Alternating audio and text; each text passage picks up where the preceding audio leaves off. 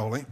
Thank you, Mr. Chairman. Just on that point about Visa and Mastercard being successful businesses, I think you figured it out, haven't you? I mean, what's your profit margin, Ms. Kirkpatrick?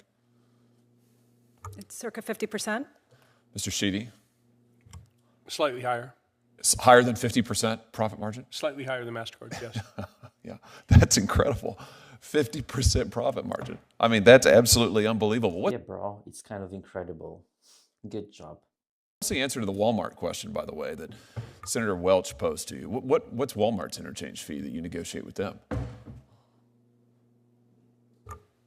I don't have it with me today. You don't have any idea whatsoever?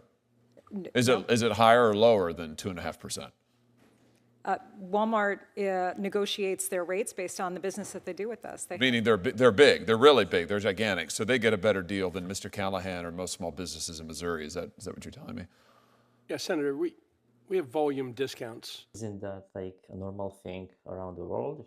What is so surprising about this particular deal? Come on, man. That we offer to some merchants. I suspect Walmart is one of them. And, you know, I don't believe that it's commercially unreasonable to get an arrangement where, in exchange for more volume, a merchant can qualify for lower rates. Well, I'm sure it's not commercially unreasonable for Walmart, or certainly it's in their financial interest and in yours, but I doubt it's in Mr. Callahan's financial interest. And my question to you, Mr. Callahan, is when you've got Walmart and other major competitors getting charged much less than you are, why in the world would you stick with these guys? I mean, why is it that small businesses continue to use Visa and Mastercard when you're getting charged? Well, I guess they have no other choice. So much more. It's in my opinion, it's a matter of convenience for the customer, and customers matter to our business. Maybe is it because that Visa and Mastercard are effectively monopolies? They control 80% of the market. Certainly part of the 80% of the market. I'm just having a hard time understanding, Mr. Sheedy and Ms. Kirkpatrick. You have a business model. You're making over 50% profit margin. You are able to give the shaft to small businesses. Estimated cost to Missouri businesses from these fees is $1.5 billion. That's with a B, $billion a year. Why aren't all of these businesses running away from this model? Because they don't have a choice, because you control so much of the market. This is classic monopolistic behavior, and yet your testimony here today is you don't want any competition. You have 80% of the market, but you don't want any more competition. I'm having a hard time. Bro, who wants any competition? Are you crazy? Why would they want any competition at all? That doesn't make any sense. I'm finding that position defensible, let alone sympathetic. Why would they want any competition, bro? Tell me, why? I mean, it's unbelievable the amount of money that you're making. It's unbelievable what you're charging small businesses and consumers, and yet your testimony is, please, we can't possibly have any competition. I mean, let's talk about what you're doing to consumers who hold your cards. Last year, as I understand it, there were 726 million Visa and Mastercard credit cards issued in the United States. That's about 2 for every 1 person in the United States of America. Do either of you know how much debt is owed on your networks, Ms. Kirkpatrick? We're not the bank, so we don't have visibility into that information. We also don't generate revenue from interchange. Oh, okay, you have no idea. Mr. Sheedy, do you? Here he shows a complete lack of understanding how the financial system works in the US, which is ironic because he's a senator. So he should have known at least some basics. No? I don't know. Well, let me help you out. Let's have a look. It's $1.17 trillion. $1.17 trillion is what consumers now owe on your credit card networks. Do either of you know what the average interest rate is on your networks? Ms. Kirkpatrick? Oh, Senator, we're not the bank. We don't set the interchange. I know, we don't set the benefit rates from it, and you know. Do you know what it is? This is your business model. We don't collect revenue from interest rates. Do you know? I don't, Senator. I mean, do either of you read the newspaper? Forbes magazine just estimated last week that the average credit card APR in your networks is 28.75%. Average. 29%, let's call it. 29%. It's nearly doubled in the last 4 years. That is astounding. Does he not know that the customers are not paying this interest to these credit card companies, but directly to the bank? Come on, man.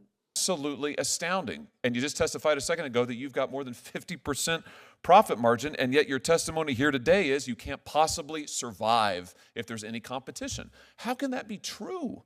How can that be true? You've got debt like we've never seen before in American history. Your profit margins are as high or higher than they've. Bro is really so lost, and he's confusing so many things here that it's just mind-blowing. How can this guy be a senator? Tell me. Ever been. You have 80% of the relevant market in the credit card interchange fees that we're talking about, and yet you couldn't survive if there's any competition? What am I missing?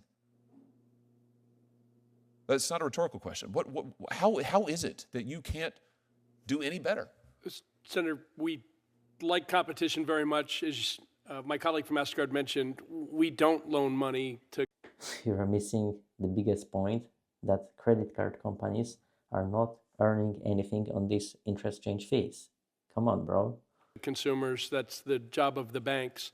I will say, as it relates to small business, we care very much. And the pandemic was difficult on small business more than anyone. In 2022, we lowered rates for 90% of small businesses in the United States.